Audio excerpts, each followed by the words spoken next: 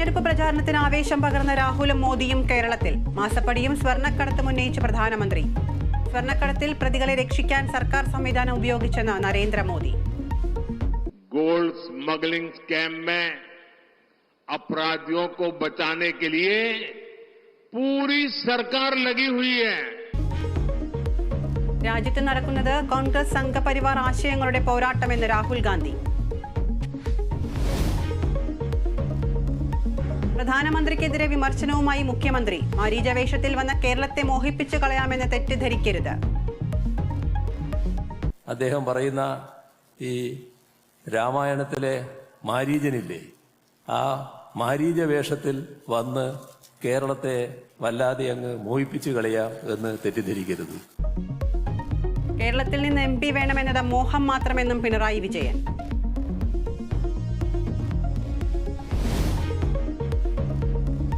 തൃശൂർ പൂരത്തിൽ ആന എഴുന്നള്ളിപ്പിന് മാർഗനിർദ്ദേശം പുറത്തിറക്കി ഹൈക്കോടതി. ആനകളുടെ 6 മീറ്റർ പരിധിയിൽ ചെണ്ടമേളം, തീവെട്ടി അടക്കം പാടില്ല. ഉത്തരവ് തിരുവമ്പാടി ദേവസ്വത്തിന്റെ ഹർജിയിൽ. കുടമാറ്റത്തിൽ 6 മീറ്റർ പരിധി പ്രതിസന്ധി ഉണ്ടാക്കുമെന്ന് ദേവസ്വം.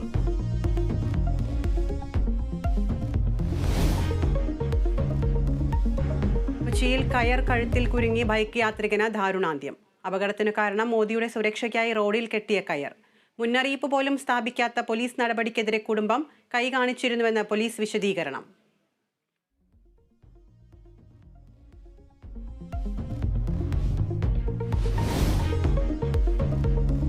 കരുവന്നൂരിൽ പുതിയ നിർദ്ദേശവുമായി ED. പ്രതികളിൽ നിന്ന് കണ്ടുകെട്ടിയ തുക നിക്ഷേപകർക്ക് നൽകാം. ബാങ്കിന് നടപടി സ്വീകരിക്കാമെന്ന ED കോടതിയിൽ. മാസപ്പടി കേസിൽ CMRL MD EDക്ക് മുന്നിൽ ഹാജരായില്ല.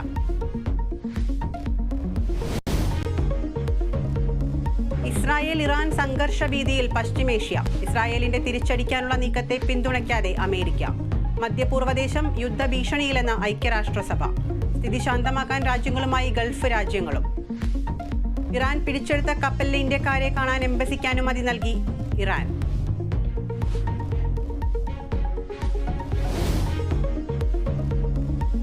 IPL-ൽ ഇന്ന് ഹൈദരാബാദ് ബംഗളൂരു പോരാട്ടം. മത്സരം രാത്രി 7:30 ബംഗളൂരുവിൽ.